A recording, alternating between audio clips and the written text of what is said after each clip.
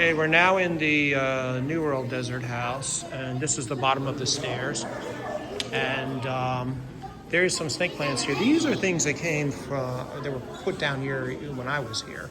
It was an interesting story, actually.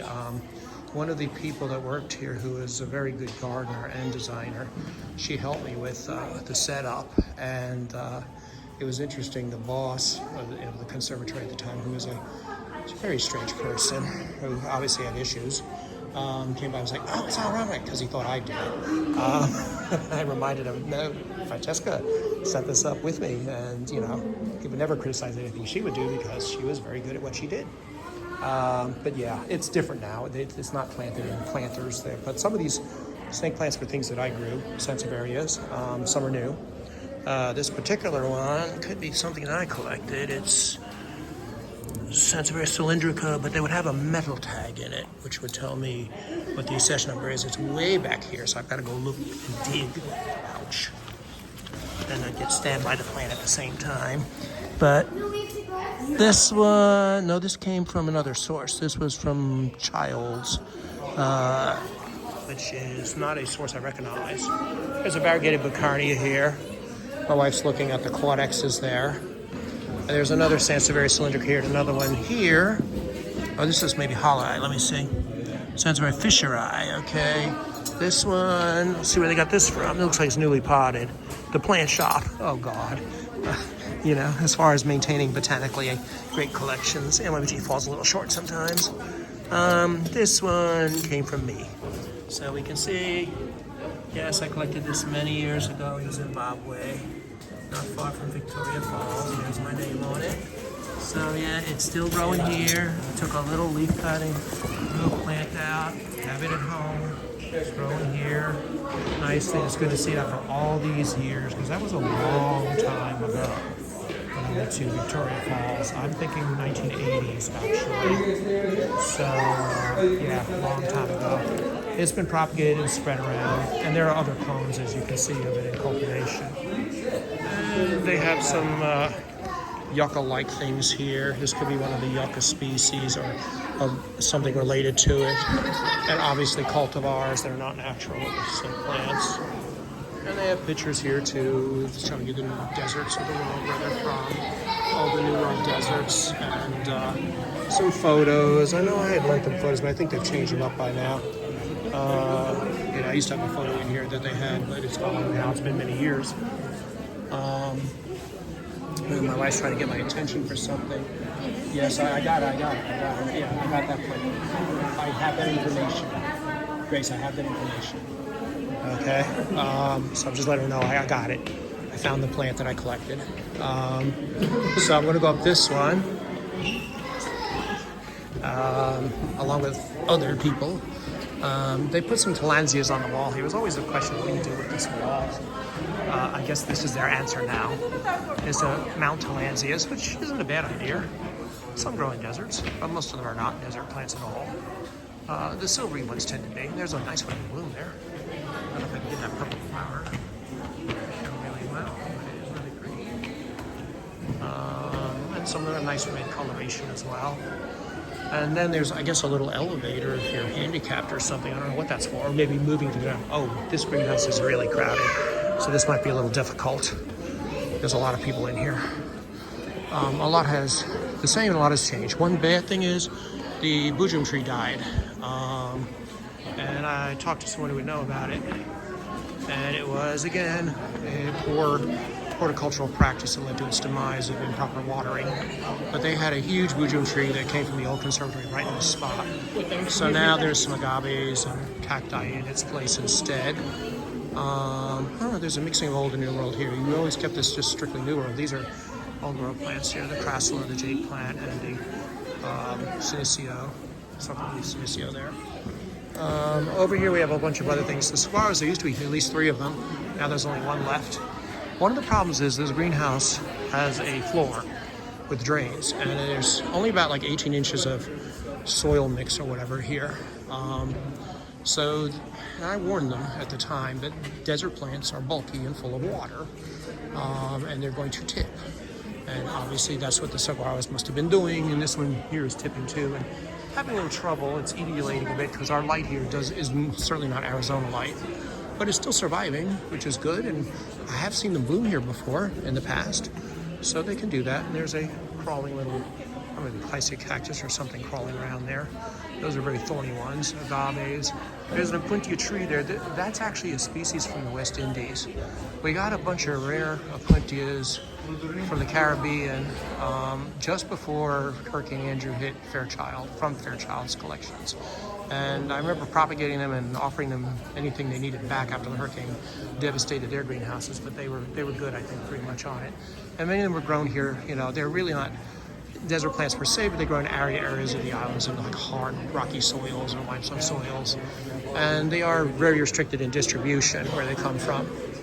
And then there's large agaves of all sorts here, yuccas with their filamentous stems. They've got these filaments on here. So again, the focus here is really something we desired. And the blue palm here is still here, which is nice. This is growing really big. Won't be long before it outgrows the greenhouse. See if I can shrink this down. It doesn't want to move. That's not good. But yeah, this is a big butia, I think it is, or whatever. It is, oh no, Brahia armata, yeah. It's well known in horticulture, but it's really pretty for its leaves. There's some random cycads here too, which I don't know that they're really desert plants, but I've not been to where cycads grow in the Americas. They can be semi-arid in South Africa, but more often not forest things.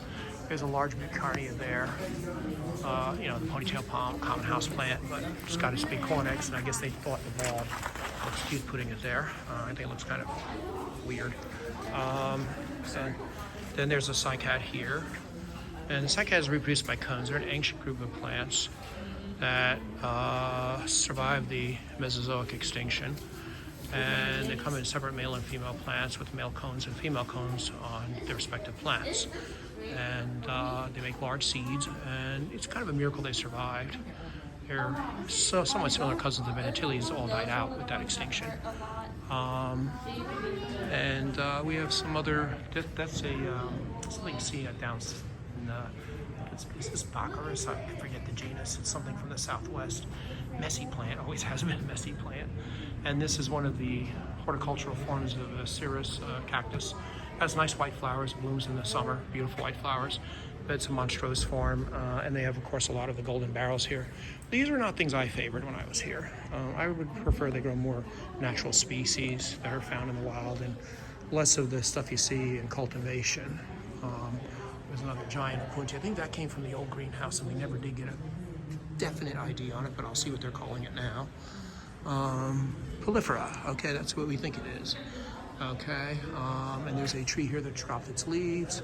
It's got a nice bark on it. It's something probably in the same family as Myrrh incense. There actually is a tag back there. I need my glasses to see it. It's one of the summer grower things when the summer rains come. It is Bursera fragoides. Yeah, that's a nice big plant of it. Cortex growers like that kind of thing.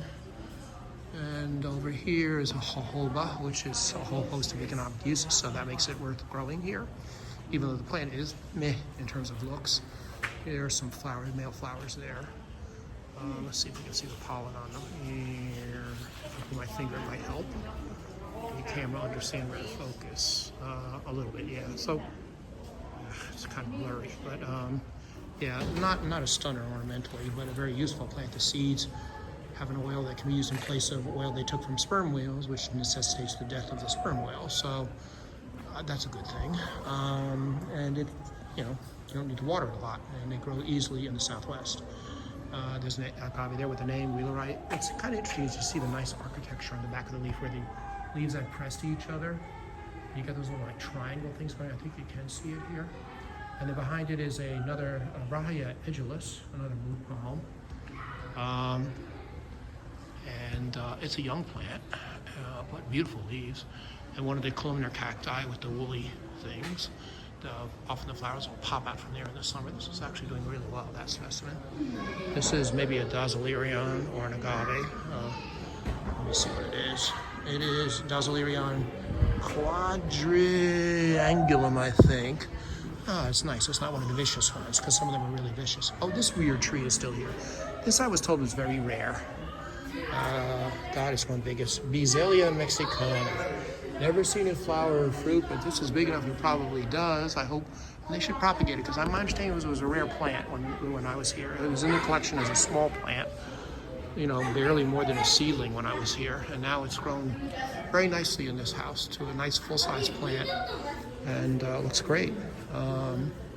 It's got an interesting architecture and the knobby stems, and cool looking plant. And then over here we have a display of various agaves. Some of them are horticulture selects like shark skin. I think that's something that was found at Plant Delights out of tissue culture, but I'm not sure. There's a Ebenopsis ibana, that's a tree from down in the deserts, American deserts. And there's a Palo Verde, the broomstick. That is the yellow flowered thing from, I've seen them in Arizona. There's like a tiny yellow flower or two up in the branches that we're no way going to be able to film with this iPhone. But yeah, Parkinsonia florida, okay, blue Palo Verde. One of a group of things. They're photosynthetic in the stems, and if it gets real dry, they'll drop, I think they drop branches if it gets real bad. And the creosote bush here looks just as miserable as it was when I was here, and that we're talking 1990s, if not more. I don't know how this poor thing survives. Laurea tridentata. They're common and survive very easily in Arizona, but they've always had a problem with it here. But one thing nice about it is when you water it, it smells nice. So you get a nice fragrance happening. Here's some more agaves they planted. They've done some replanting here because some things have died over the years and they put new things in. So I'm going to close it up with this shot, and we'll go on to the African desert.